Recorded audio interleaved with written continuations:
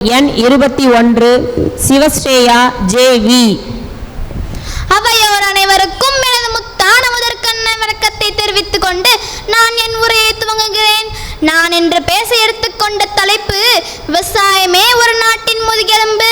விவசாயமே இந்திய நாட்டின் முதுகெலும்பாக இருக்கின்றது. வெளுக்காத சாயம் அது விவசாயம்தான். ஆனால் இந்நவீன காலகட்டத்தில் விவசாயமும் விவசாயிகளும் பல்வேறு காரணங்களால் நசுக்கப்பட்டு வருகின்றனர். கடவுள் என்னும் முதலாளி கண்டெடுத்த தொழிலாளி அது விவசாயி. அமைக் மகாலிங்க நாயக் என்ற விவசாயிக்கு நம் இந்திய அரசு 2022க்கான பத்மஸ்ரீ விருதை வழங்கி மேலும் அற்புத மனிதர், சுரங்க மனிதர், அதிசய மனிதர் என பல்வேறு அடைமொழிகளையும் கொடுத்து கௌரவித்து உள்ளனர். சுழன்றும் ஏற்றின் உலகம் பல்வேறு தொழில்களை கொண்டு சுழன்றாலும் ஏர்த்தமிழ் பின்னால் தான் நிற்கின்றது. அதனால் எவ்வளவு துன்பற்றினாலும் உழவர் தொழில்தான் சிறந்தது. நம் இந்திய திருநாட்டில் 130 கோடி மக்கள் வாழ்கின்றனர். ஒரு மனிதர் வாழ்வதற்கு அடிப்படை தேவை உணவு, உடை, இருப்பிடமாகும். இவை மூன்றையும் பெறாத மனிதன் அரை மனிதனாவான். உண்டி கொடுத்தோரே உயிர் கொடுத்தோர். 2020ஆம் ஆண்டில் கொரோனா தொற்றினால் பல்வேறு தொழில்கள் பாதிக்கப்பட்டன. நகரத்தில் இருப்பவர்கள் அத்தியாவசிய பொருட்களை தேடி ஓடி அலைந்தனர்.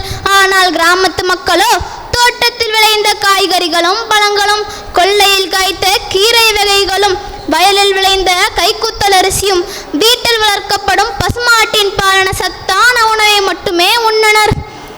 நம் இந்தியாவில் உற்பத்தியாகும் வேளாண்மை பொருட்களில் 85% உள்நாட்டு தேவையை நிறைவு செய்கின்றனர். ஆனால் மீதமுள்ள 15% மட்டுமே வெளிநாடுகளுக்கு ஏற்றுமதி செய்யப்படுகின்றது. ஆனால் அமெரிக்கா, சீனா போன்ற நாடுகள் வெளிநாடுகளுக்கு ஏற்றுமதி செய்யும் வேளாண்மை பொருளின் மதிப்பு இந்தியாவை விட அதிகம். நம் இந்தியாவில் ஆண்டுதோறும் உற்பத்திக்கு பிறகு வீணாகும் உணவுப் பொருட்களின் மதிப்பு 1 லட்சம் கோடி என மதிப்பிடப்பட்டுள்ளது.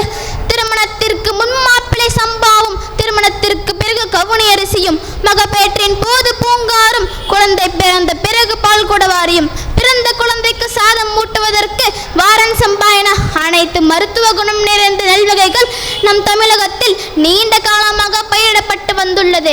இந்நிலையில் அதிக மகசூல் பெற வேண்டும் என்ற நோக்கத்துடன் ரசாயன உரங்கள் வந்த பிறகு பாரம்பரிய ரகங்கள் அழிந்தனர். விஞ்ஞானம் சோறு போடாது, விவசாயம் தான் சோறு போடும். நாளைய தலைமுறை துன்பப்படாமல் இருக்க அவர்களுக்கு வழிகாட்டியாக நாம் அனைவரும் விவசாயம் செய்ய வேண்டியது கட்டாயமாகுகிறது. அதற்காக வயலில் இறங்கி நெல் உற்பத்தி செய்ய வேண்டும் என்ற அவசியம் அல்ல. நம்மால் முடிந்த உணவுப் பொருட்களை உற்பத்தி செய்தால் கூட போதும். ஒரு தனி மனிதன் உற்பத்தி நாட்டின் வளர்ச்சிக்கு துணை புரியும்.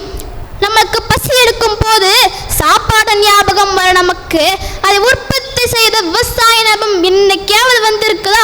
அவங்க பரம்பரையே நமக்கு சாப்பாடு போடுவதற்காக வாழ்ந்த குடும்பம்.